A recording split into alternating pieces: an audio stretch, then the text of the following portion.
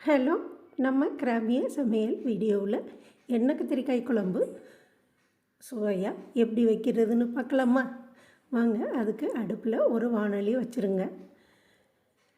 7-8 சின்ன கத்திரிக்காய் சேர்த்து 2 ஸ்பூன் நல்லெண்ணெய் சேர்த்து நல்லா அதை வதக்கி எடுத்துருவோங்க.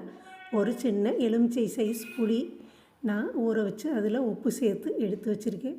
வெங்காயம் கட் பண்ணி எடுத்து வச்சுருக்கேன். கருவேப்பிலை ஒரு கொத்து எடுத்துக்கோங்க. நல்லா கத்திரிக்காய் வதங்கவும் அதை எடுத்து வச்சுட்டு நாம் குழம்பு வைக்க ஆரம்பிக்கலாம்.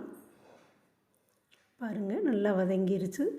எடுத்து அந்த எண்ணெயிலேயே மேலும் 2 ஸ்பூன் நல்லெண்ணெய் சேர்த்துருங்க. கடுகு சீரகம் தாளிக்க சேர்த்துருங்க. அது நல்லா பொரிஞ்சதும் சின்ன வெங்காயம் ஒரு 20 சின்ன வெங்காயம் கட் பண்ணி சேர்த்துருக்கங்க. ஒரு கொத்து கருவேப்பிலை சேர்த்து நல்லா வதக்கிடுங்க.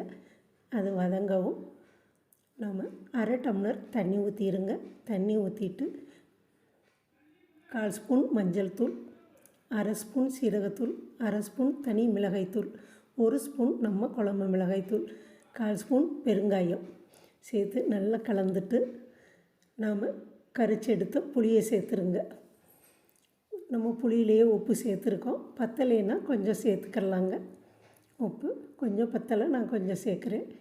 நல்லா ஒரு 2 நிமிஷம் கொதிக்க விடுங்க. கொதிக்கவும் நம்ம வதக்கி எடுத்த கத்திரிக்காயும் சேர்த்து ஒரு 2 நிமிஷம் கொதிக்கவும் 1 ஸ்பூன் நெய் லாஸ்ட்டில் சேர்த்துருங்க. சேர்த்து ஒரு கொதி வந்ததும் இறக்கி பரிமாறி சாப்பிட்டு பாருங்கள். அருமையான டேஸ்ட்டோடு இருக்குங்க எண்ணெய் கத்திரிக்காய் குழம்பு. நம்ம கிராமிய சமையல் சேனலை இதுவரை சப்ஸ்கிரைப் பண்ணாமல் இருந்தீங்கன்னா சப்ஸ்கிரைப் பண்ணிடுங்க. நன்றி.